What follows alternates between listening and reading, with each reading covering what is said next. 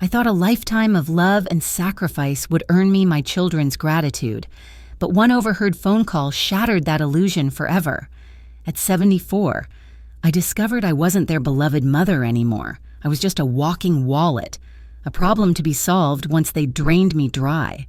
The betrayal cut deeper than any physical pain I'd ever endured. But as I stood there in my kitchen, trembling with rage, something shifted inside me. This wasn't the end of my story. It was the beginning of my revenge. My name is Eleanor Mitchell, and until that Tuesday afternoon in March, I believed I knew exactly who I was: a devoted mother, a generous soul, a woman who'd spent 7 decades building a life on love and sacrifice. The spring sunlight streamed through my kitchen window as I stirred honey into my chamomile tea. The phone pressed between my shoulder and ear. "Of course. Rachel, dear," I said to my daughter-in-law, examining the European River cruise brochure she'd sent over. "The Rhine Valley in September sounds wonderful. I'm so touched you want me to join you and Daniel." Rachel's voice bubbled with enthusiasm. "We wouldn't dream of going without you. Mom, you've been so generous to us over the years. This is our way of showing appreciation." My heart swelled. After 5 lonely years since Harold's passing, these moments of connection with my son and his wife sustained me. "Let me transfer the deposit today. $12,000 for the premium package, wasn't it? You're an angel." "Oh, hold on." Rachel's voice grew muffled. "It's just my sister calling. Can I put you on hold for a second?" "Take your time, dear." The line went quiet, but not silent. Rachel must have fumbled with the phone because I could hear everything with crystal clarity. Her voice, no longer sweet, cut through the kitchen like a blade. "Yes, the old bat is paying for the whole thing," she said. "After she pays for this trip, we'll have softened her up enough. Then we spring the nursing home papers on her. God, I can't wait to get our hands on that house. Daniel already talked to a realtor. We could get at least $800,000 in this market." My hand began to shake. Tea sloshed over the rim of my favorite china cup, the one Harold bought me in London on our honeymoon. Her sister's voice was tinny but audible. "Does she suspect anything?" Rachel laughed, a harsh, ugly sound I'd never heard from her before. "Are you kidding? She's so desperate for attention she'd sign over her kidney if I ask nicely.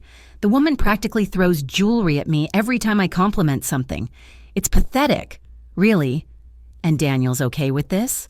"Okay with it? It was partly his idea. He says she's becoming a burden anyway, forgetting things, calling at all hours. Last week she called at 11 at night because she couldn't figure out her TV remote. We can't keep being her caregivers. The nursing home will be better for everyone." The room spun. I gripped the kitchen counter, my knuckles white against the granite Daniel had insisted I install last year. At $20,000 I couldn't really afford. "Just make sure you pick a nice one," the sister continued. "You know, for appearances." "Oh, we will. Sunnydale Manor. It's clean, the staff seems competent, and most importantly, it's a 40-minute drive from our house.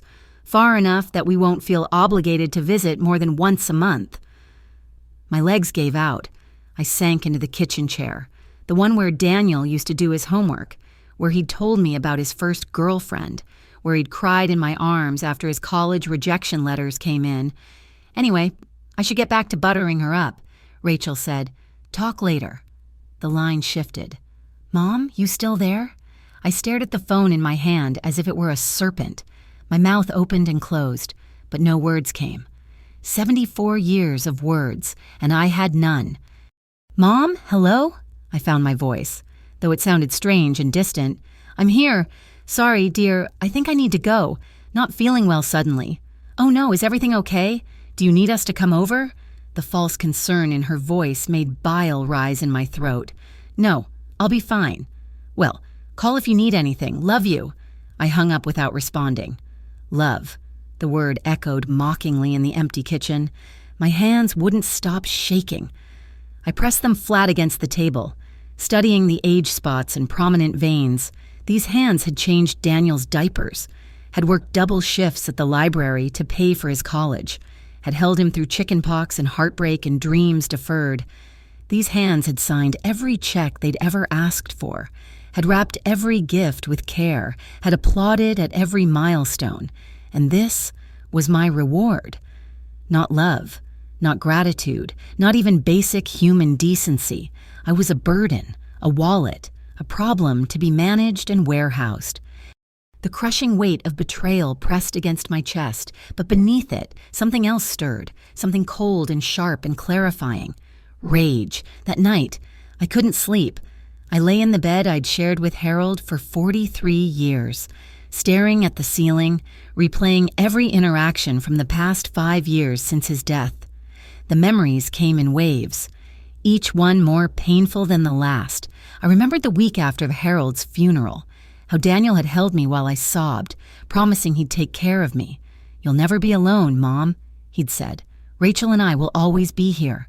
I'd believed him with every fiber of my being. Why wouldn't I? He was my son, my only child, the boy I'd raised to value family above all else. Or so I'd thought.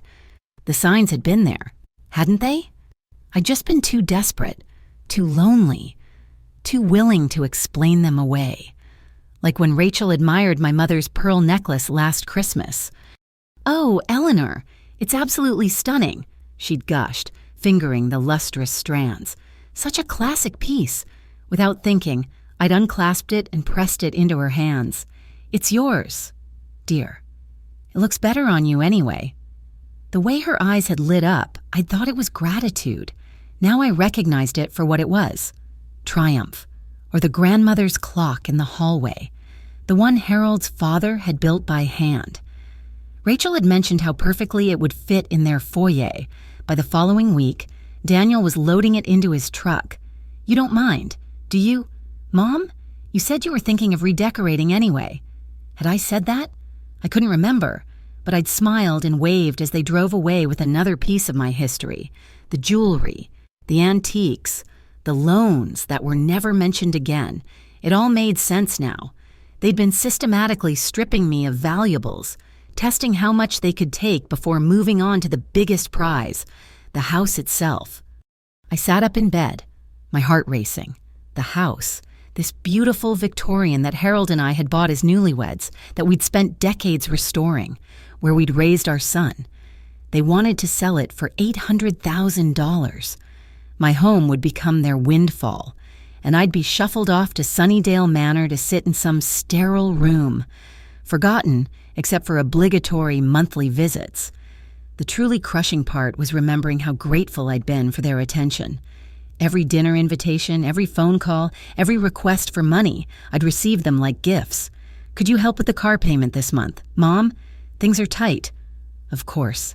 Dear, the property taxes are killing us. Let me take care of that. Emma needs braces." "How much do you need?" "Emma," my granddaughter. They'd been using her as leverage too.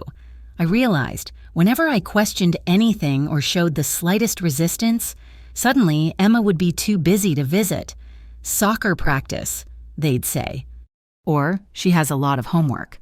But after I'd write another check or hand over another heirloom, miraculously, Emma's schedule would clear. I walked to my dresser and picked up the photo from Daniel's wedding. Such a handsome couple. I'd thought. My son in his tuxedo.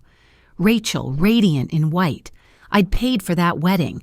$30,000 I'd taken from my retirement savings because Rachel's parents can't contribute much, and we want it to be special. Special. I let out a bitter laugh. Oh, it had been special all right. The beginning of a long con that I'd been too blind to see. I studied Rachel's face in the photo. Even then, there was something calculating in her smile. How long had she been planning this?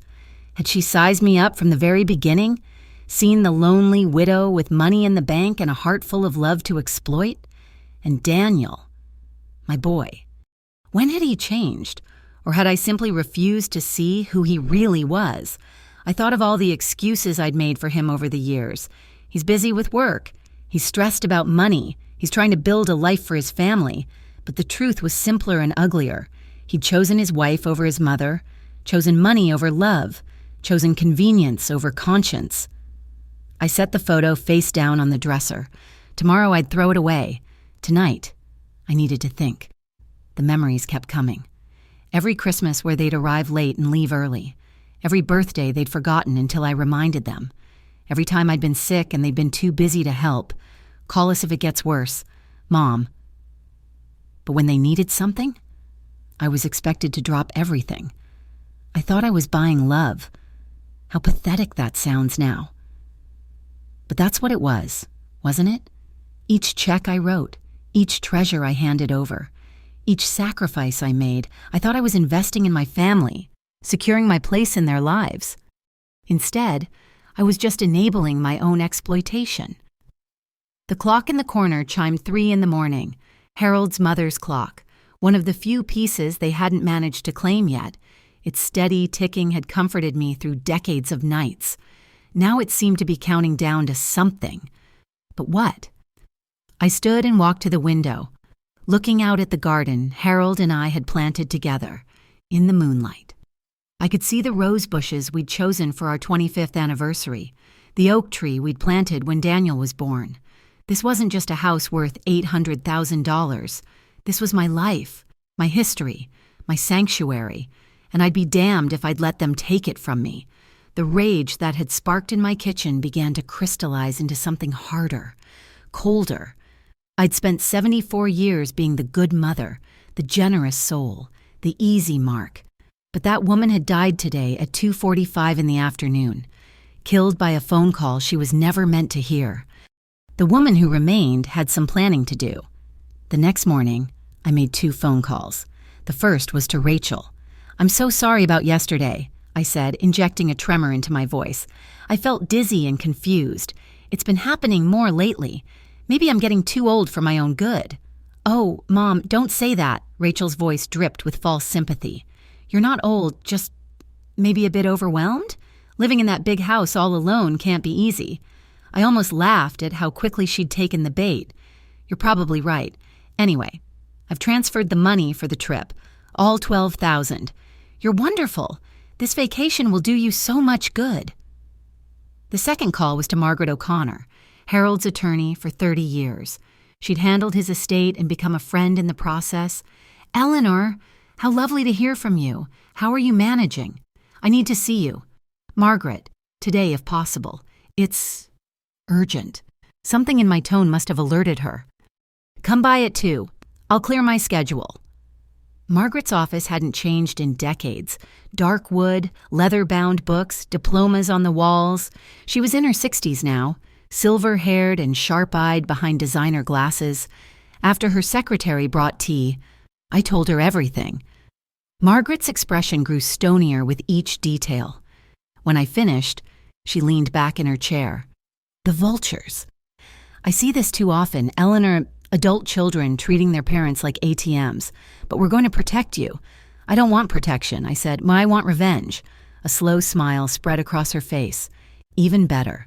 Legal revenge is my specialty." Over the next 2 hours, we crafted a plan. First, we'd establish my mental competence beyond question. Medical evaluations, cognitive tests, the works. We need this documented before they can claim you were incompetent when you changed your will. Margaret explained. Next, we'd restructure my assets. The house would go into an irrevocable trust, making it impossible to force a sale. My savings would be moved into accounts they couldn't access, even with power of attorney. "What about inheritance?" I asked. "That's entirely up to you. You could leave them $1 each. That's what I call the insult inheritance. Or nothing at all. Or..." Her eyes gleamed. "We could get creative." "Creative how?" "Well, you could leave everything to charity, or set up a trust with very specific conditions. I had one client who required his children to do 200 hours of community service annually to receive any distributions. Another left everything to his son, but only after the son reached age 65. I thought about it. What would hurt them most? Knowing they were so close to getting everything and losing it through their own greed? Also, public humiliation tends to sting. "Can we do both?" Margaret laughed. "Eleanor, I do believe we're going to get along beautifully." We scheduled appointments for the coming week. Medical evaluations, financial advisors, estate planners. Margaret recommended a private investigator as well. "Document everything," she advised. every conversation, every request for money, every manipulation.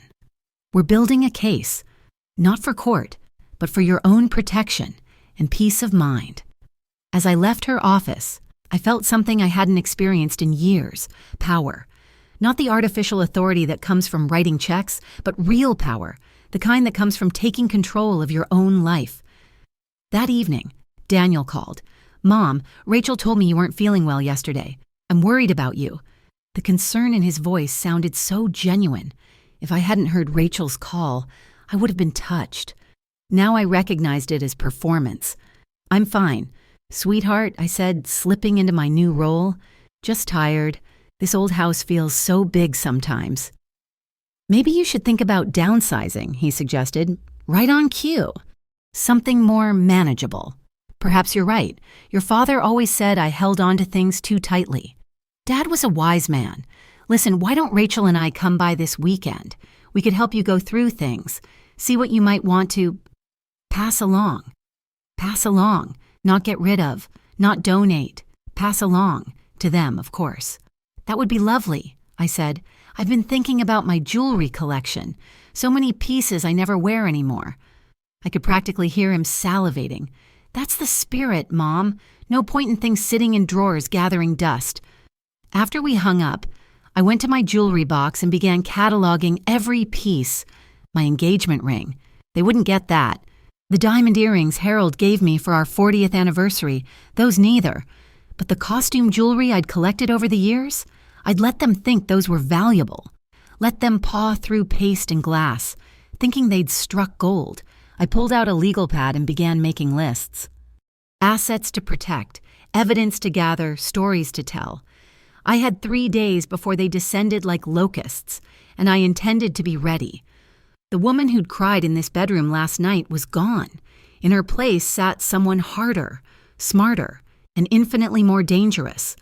Someone who understood that love without respect is just exploitation, that family without loyalty is just shared DNA.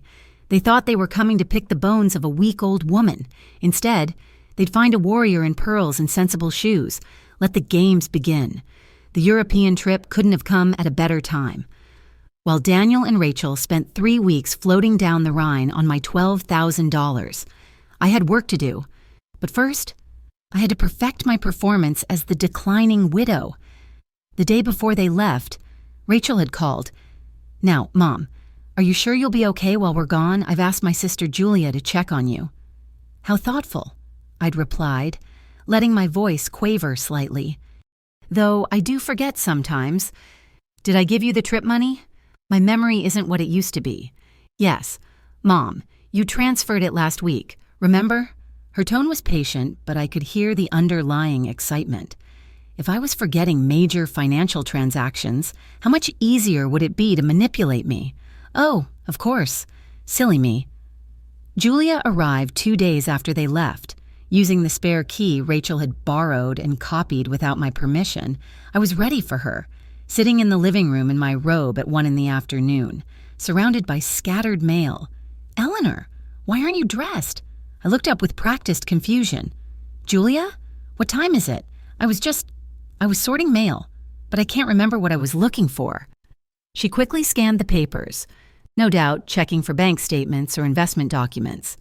I'd made sure to leave a few fake ones lying around, accounts that didn't exist, inflated balances that would make their mouths water.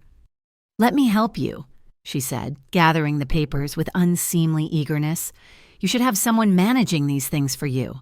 Rachel says the same thing. She's so good to me. Did you know she's going to help me organize everything when she gets back? Even offered to put her name on my accounts so she can pay my bills if I forget." Julia's eyes lit up. "That's a wonderful idea. Very sensible."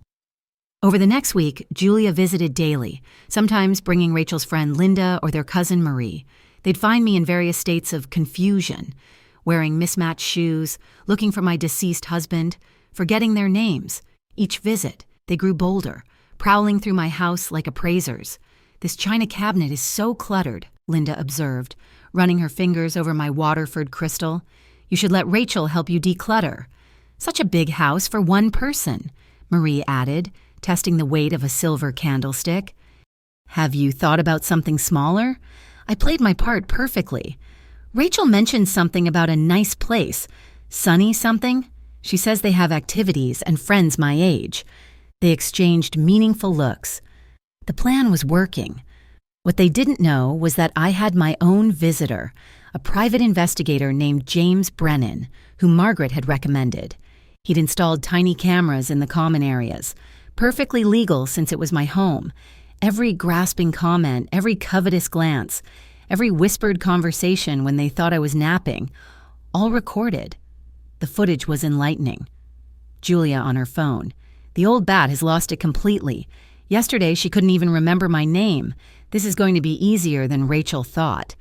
Linda, pocketing one of my silver spoons. She'll never miss it. The place is full of junk anyway. Marie, photographing my paintings. I'm sending these to that appraiser friend. We need to know what's worth selling. But the most damning evidence came from their group text messages, which James had legally obtained through the discovery process Margaret initiated.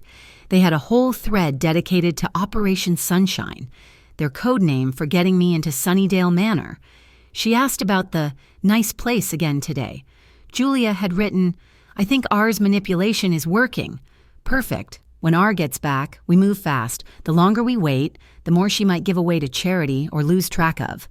Linda replied, "Did anyone check if she's updated her will recently?" Marie asked. "R says not to worry about that until after she signs the house over, one step at a time." I sat in Margaret's office, reviewing everything with cold satisfaction. "It's worse than I thought," I said. "They're all in on it. The whole family sees me as nothing but a mark. I'm sorry. Eleanor, I know this must be painful." "No," I said firmly. "Pain was discovering the betrayal. This is empowering. They think I'm a helpless old fool. They have no idea what's coming." Margaret smiled. "Speaking of which, I have the paperwork ready. Your mental competency evaluation came back perfect. The neurologist was impressed. Actually, said you have the cognitive function of someone 20 years younger. The house is now in an irrevocable trust, and I've prepared the new will according to your specifications." I reviewed the documents with satisfaction. Everything would go to charity, specifically to organizations supporting elder abuse prevention, but there was a special provision. The will would be read publicly at my lawyer's office, and each disinherited family member would receive a sealed envelope with their name on it. Inside each envelope would be a photo, a screenshot from the security footage or text messages showing their plotting, along with a simple note. I knew. It's perfect. I told Margaret. How soon can we execute it? Everything's ready. We just need your signature. As I signed my name with a steady hand, I thought about the Swiss Alps they were seeing on my dime, the wine they were drinking with my money, the plans they were making for my future. Let them enjoy it. It would be the last thing they ever got from me. When I got home, I sat in my kitchen, the same chair where my world had shattered weeks ago, but I was no longer that shocked, heartbroken woman. I was a phoenix who'd risen from the ashes of their betrayal. The phone rang. Daniel, calling from Switzerland. "Hi, Mom, just checking in. How are you feeling?" "Oh, Daniel," I said, letting my voice shake. "I'm so confused lately. Julia's been helping, but I just can't seem to manage things anymore." "Don't worry," he said, and I could hear the satisfaction in his voice.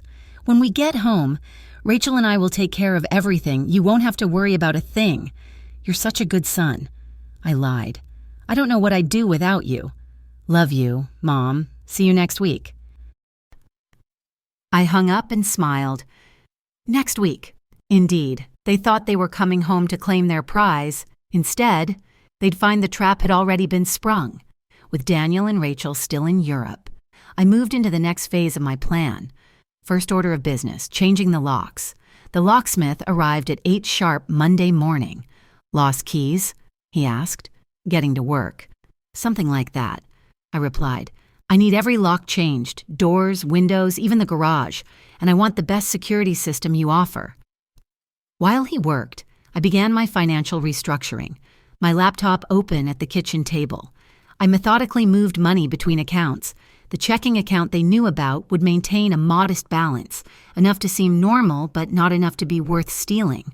The real money went into new accounts at different banks, ones requiring two-factor authentication and passwords they'd never guess. Next came the valuables. I rented a large safety deposit box and spent Tuesday moving the real jewelry. My mother's diamonds, Harold's grandmother's emerald ring, the pearl necklace from our 30th anniversary, in their place. I left the costume pieces I'd bought from an estate sale, along with some convincing cubic zirconia replicas I'd ordered online. Wednesday brought an unexpected discovery. While searching the guest room, Daniel and Rachel's usual room when they visited, I found a folder tucked behind the dresser. My hands trembled as I opened it. Inside were printouts from Sunnydale Manor's website, a brochure for senior transitions, a guide to moving your loved one, and worst of all, a draft power of attorney document with my name already filled in. Sticky notes in Rachel's handwriting marked key sections. Get her to sign during confusion episode and need witness, Julia? But the document that made my blood run cold was at the bottom. A real estate listing for my house with a handwritten note. Potential value $850K 900K in current market. Commission structure favorable if we list by October. October, 3 months away. I photographed everything, sent copies to Margaret and James, then returned the folder exactly as I'd found it. Let them think their plans were still secret. Thursday morning, I visited my bank to add another layer of protection. The manager, Mrs. Patterson, had known me for 20 years. I need to put some restrictions on my accounts. I told her, I'm concerned about potential elder fraud. Her face grew serious. Of course. What kind of restrictions? Any large withdrawals or transfers should require in-person verification with a callback to my attorney. No phone authorizations, no matter who calls or what documentation they claim to have. Consider it done. We've seen too many seniors fall victim to family fraud. It's smart of you to protect yourself. That afternoon, I tackled the house documentation. In Harold's old study, I pulled out every paper related to the property. Deed, tax records, insurance policies. Everything went into the trust Margaret had created, with ironclad provisions that the house could never be sold during my lifetime and would pass directly to charity upon my death. As I worked, memories flooded back. Daniel's first steps in the hallway, teaching him to ride a bike in the driveway, his high school graduation party in the backyard. When had that loving boy become a man who could plot against his own mother? The answer came as I sorted through old photos. It wasn't sudden, it was gradual. A slow erosion of character enabled by my own blindness. Every time I'd bailed him out of financial trouble without asking questions, every time I'd made excuses for his selfishness, every time I'd given in to avoid conflict, I'd helped create this monster with my enabling love. Friday brought another visitor, Rachel's friend Linda, supposedly dropping by to check on me. I was ready with my performance. Linda, how nice. Though, forgive me, have we met? My memory's been so foggy lately. She practically glowed with false sympathy. Of course we have. Eleanor, I'm Rachel's friend. Remember, I was just here on Tuesday. Oh dear, Tuesday, was that yesterday? While she helped me make tea. Her eyes constantly scanned the room. I'd left a bank statement on the counter, from the account I'd nearly emptied. She zeroed in on it like a hawk. Eleanor. Should important papers be lying around like this? Is it important? I can never tell anymore. Rachel usually handles these things, but she's gone somewhere. Paris? No, that's not right. Linda patted my hand. She'll be back soon. Don't you worry. After she left, I reviewed the security footage. She'd photographed the bank statement with her phone, no doubt to report the low balance to the group. Good. Let them think I was already spending down my assets in my confusion. That weekend, I made one final preparation. I wrote letters, one for each conspirator. Not long, rambling accusations, but simple. Factual accounts of what I'd overheard and discovered. Each letter ended with the same line. Your betrayal is complete, but so is my freedom from you. Sunday night, I sat in Harold's chair. looking around the home we'd built together. In a week, Daniel and Rachel would return, expecting to find a broken, compliant old woman ready to sign away her life. Instead, they'd find someone they'd never met, a woman who'd faced the worst betrayal imaginable and emerged stronger. I raised my teacup in a toast to the empty room. "To the education of ungrateful children," I said aloud. "May the lesson be unforgettable." The new locks gleamed in the lamplight, the security cameras silently recorded, the legal documents sat filed and official. The trap wasn't just set, it was a fortress, and I was its queen. Let them come. The final week of preparation was intense. Margaret and I met daily, refining every detail of the legal framework that would protect me and ensure justice was served. "The trust is ironclad," she assured me during our Monday meeting. "I've had 3 other estate attorneys review it. Your house is untouchable. The charity provisions are locked in, and the competency evaluations are comprehensive. 3 different specialists, all concluding you're of completely sound mind." "What about the public reading of the will?" I asked. "Already arranged. I've reserved our conference room. When the time comes, we'll require attendance for anyone who expects to inherit. They'll have to sit through the entire reading to receive their envelopes." I smiled, imagining their faces. "And the envelopes?" "Sealed and ready. Each one contains the evidence James collected, screenshots of texts, security footage stills, transcripts of recorded conversations. Your letters are included as well." Tuesday. I had lunch with my friend Patricia, one of the few people who'd remained genuinely caring after Harold's death. I hadn't told her everything, but she knew something was afoot. "You seem different, Eleanor, more purposeful." I finally accepted some hard truths, I told her, about family, about what love really means. She reached across the table and squeezed my hand. "Whatever you're planning, I hope it brings you peace." "Not peace," I said, "justice." That evening, James called with an update. "I've documented 12 separate instances of theft from your home during the surveillance period. Small items mostly, silver spoons, a crystal vase, some first edition books, but it establishes a pattern." "Will it hold up legally?" "More than enough for a restraining order if you choose that route, but I think you have something more poetic in mind." He was right. Criminal charges would be messy, public in the wrong way. My revenge would be cleaner, more complete. Wednesday brought an unexpected test. Daniel called from the airport in Paris. "Mom, our credit card was declined. Can you wire us some money, just $1,000 to get us through until we get home?" The old Eleanor would have immediately asked for wire instructions. The new Eleanor had questions. "Oh dear, my banking has been so confusing lately. Rachel usually helps me with the computer things." "Can it wait until you're home?" His frustration was palpable. "Mom, we need it now. It's simple. I'll walk you through it. I'm looking at the computer, but I can't remember my password." "Was it your birthday or Emma's?" "Mom, please, just try to focus." I let panic creep into my voice. "I don't understand these screens. There are so many numbers." "Daniel, I think something's wrong with me. I've been so confused lately." Okay, calm down. We'll figure it out when we get home. I'll call Rachel's sister to help you." "That would be nice. Dear, she's been so helpful. Yesterday, or was it last week, she helped me find my glasses. They were on my head." I laughed, high and fluttery. He hung up quickly. Within an hour, Julia was at my door with her duplicate key, finding it no longer worked. "Eleanor, it's Julia. Your key doesn't work." I opened the door, feigning surprise. I had to change the locks. I kept losing my keys. Or maybe someone was stealing them, I can't remember.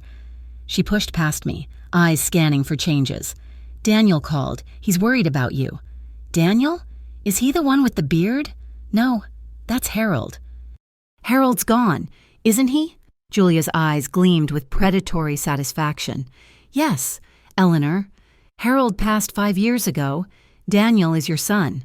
"My son. Yes. He's coming to put me somewhere safe. Rachel told me. Somewhere with people who can help me remember things." "That's right," Julia soothed, pulling out her phone to text rapidly. "Somewhere perfect for you." After she left, I reviewed her messages through James's monitoring software. Goldmine. She's completely gone. Talking about Harold like he's alive. Can't work basic banking. We move the minute R&D get back. Thursday and Friday passed in final preparations. I met with Margaret to sign the last documents, transferred the final assets to protected accounts, and made copies of all evidence, multiple copies, stored in different locations.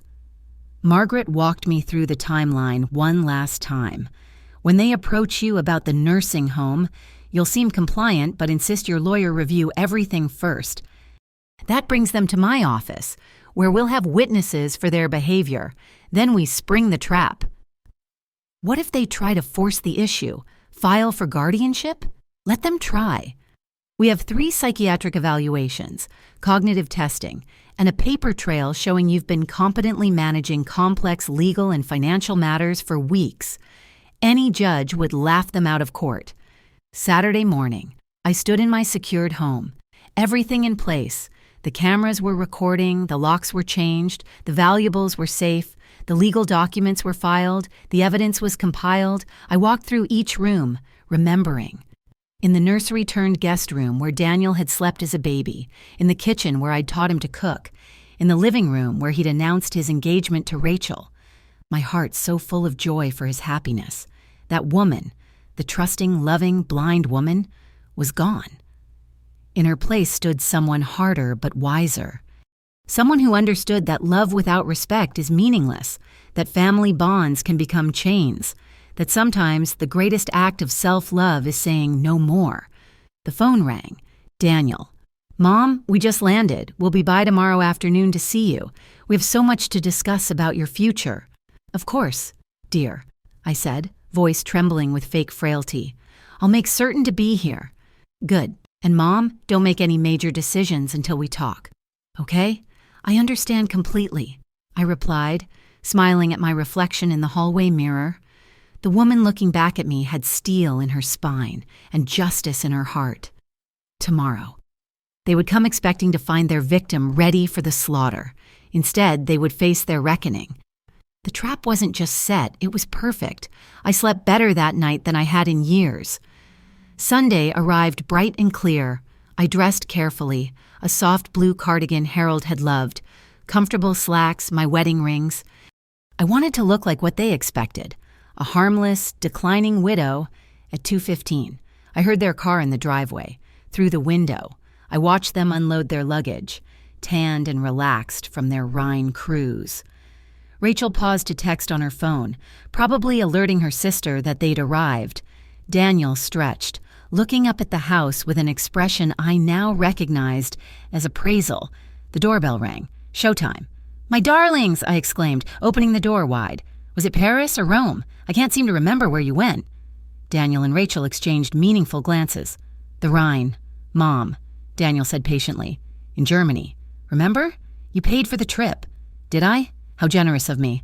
I touched my temple. "Things have been so fuzzy lately. But come in. Come in." They settled into the living room, Rachel's eyes immediately cataloging the space.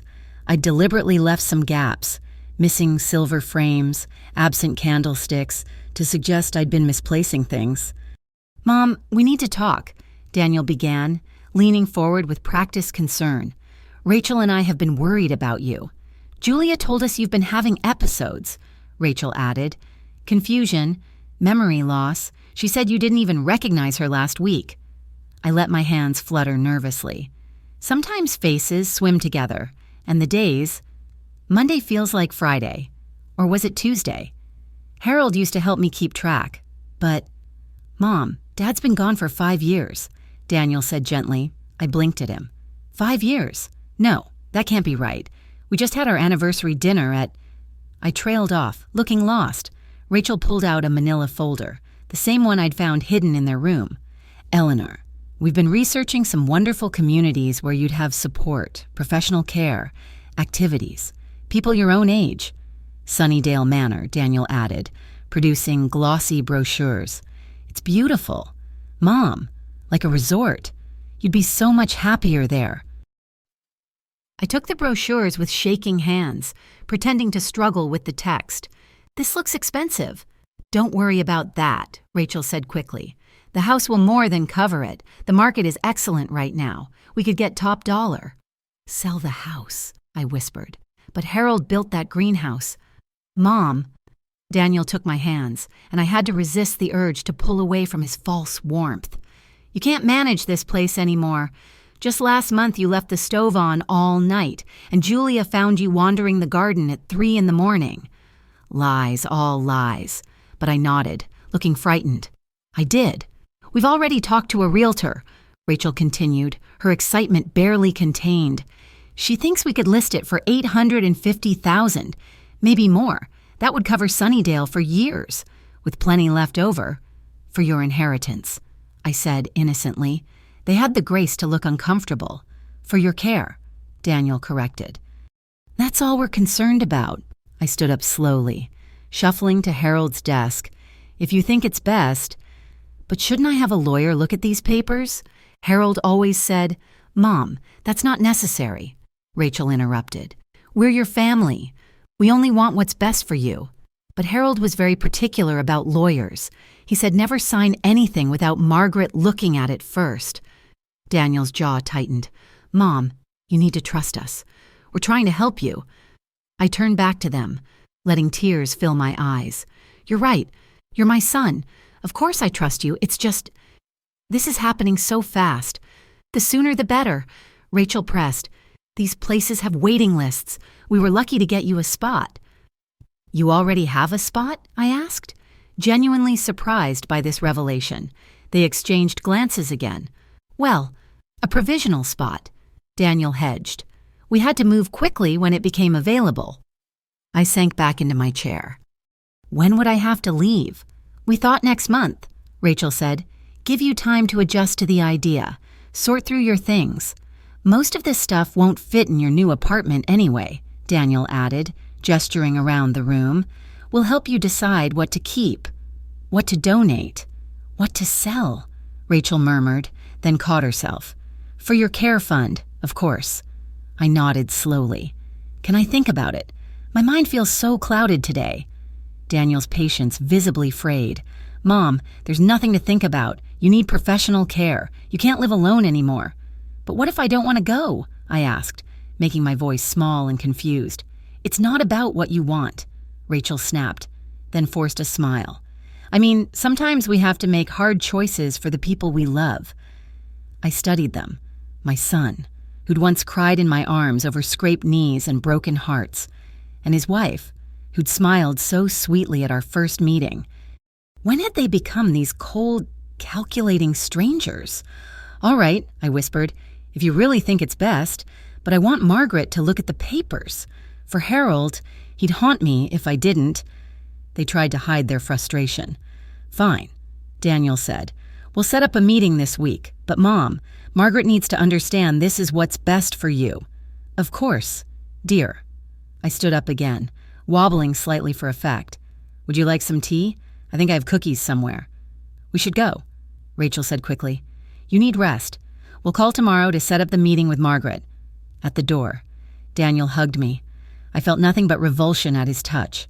We love you, Mom. This is all because we love you. I know, I lied, patting his cheek. You're such a good son. After they left, I stood at the window watching their car disappear.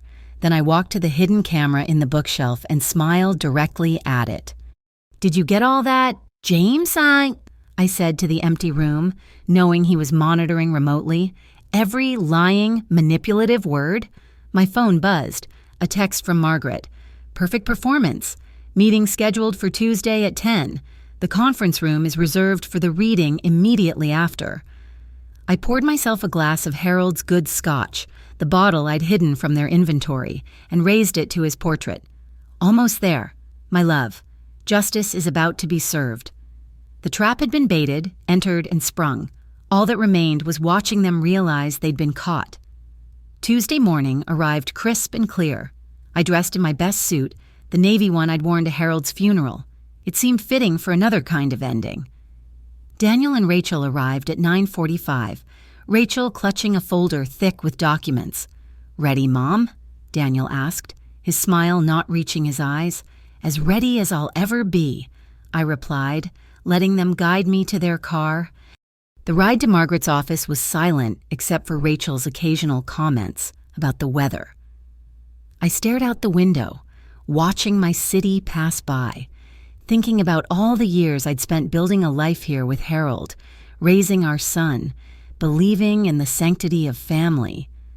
Margaret's receptionist greeted us warmly. "Mrs. O'Connor is ready for you in the main conference room." The room was larger than Margaret's usual office, with a long, polished table and multiple chairs. Margaret stood as we entered, professional in her charcoal suit. "Eleanor, Mr. and Mrs. Mitchell, please have a seat." Rachel immediately pulled out her documents. "We've brought all the paperwork for Sunnydale Manor. We just need Eleanor to sign, and we can proceed with listing the house." Margaret smiled pleasantly.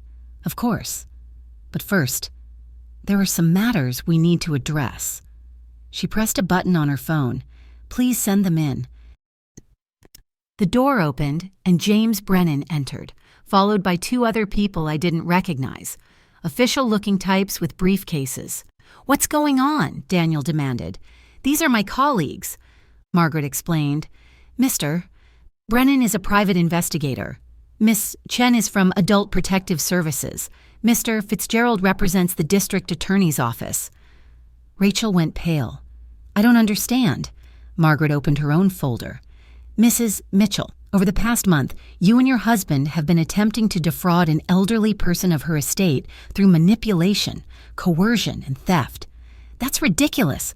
Daniel stood up. "We're trying to help her. She's confused, losing her memory." "Sit down, Mr.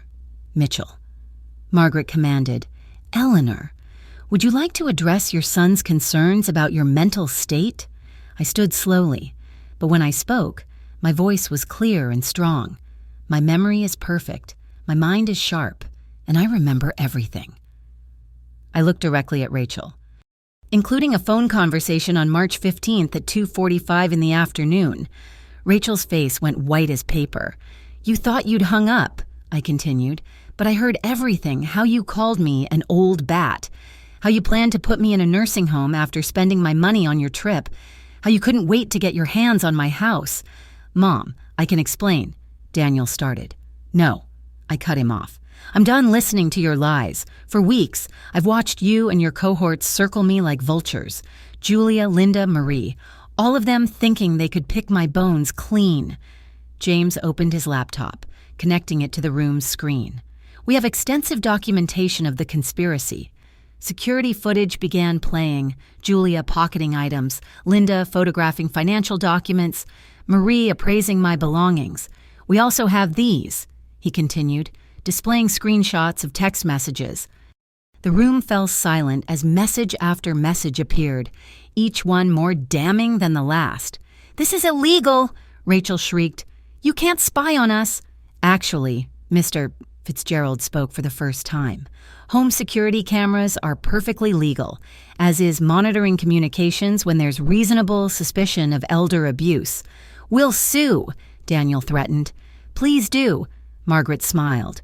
"We have 3 independent psychiatric evaluations confirming Eleanor's complete mental competence. We have evidence of attempted financial exploitation.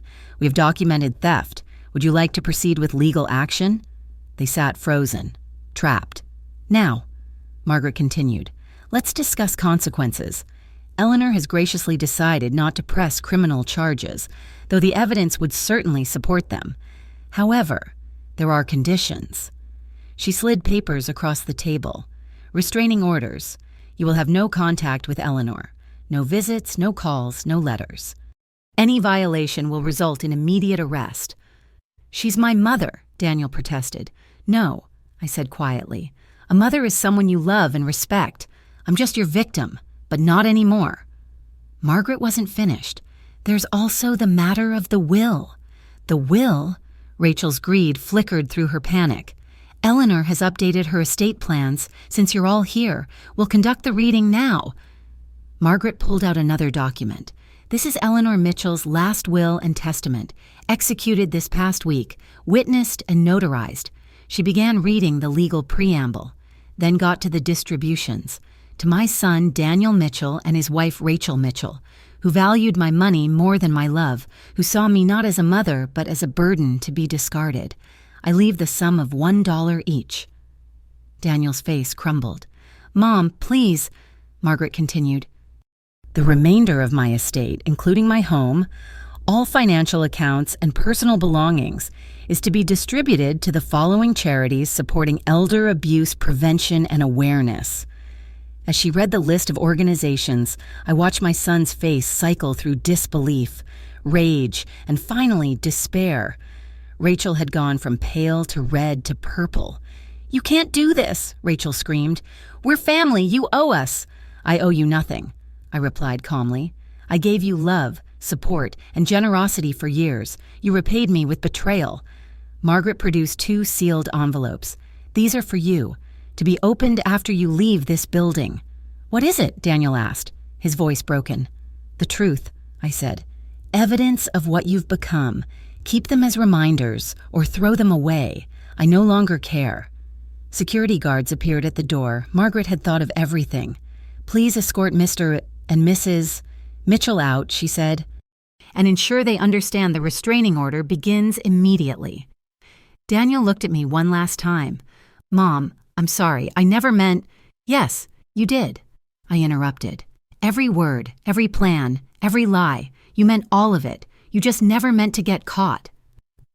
As security led them away, Rachel was cursing, Daniel was pleading, but I felt only relief. The burden of their false love was lifted, the weight of betrayal transformed into the lightness of freedom. When the room was quiet, Margaret poured me a cup of tea. "How do you feel?" I considered the question. "Free. For the first time in years. I'm free." That evening, I sat in my secured home, my home, which would remain mine until I decided otherwise. The phone was blissfully silent. No false concern, no manipulative requests, no lies disguised as love. I raised my teacup to Harold's portrait. I did it. My love. I protected what we built. I stood up for myself. I chose dignity over degradation, self-respect over sacrifice. In the garden, the roses we'd planted together bloomed in the fading light. The house stood solid around me, filled with real memories, not false promises. I was alone. Yes, but alone with integrity was better than surrounded by betrayal. I was Eleanor Mitchell, 74 years old, widow, survivor, and finally, triumphantly free. Thank you so much for listening to my story. I'd love to know where you're listening from. Please share in the comments below so we can connect. If this story resonated with you, please subscribe to the channel and share your thoughts. Your experiences and perspectives make our community richer.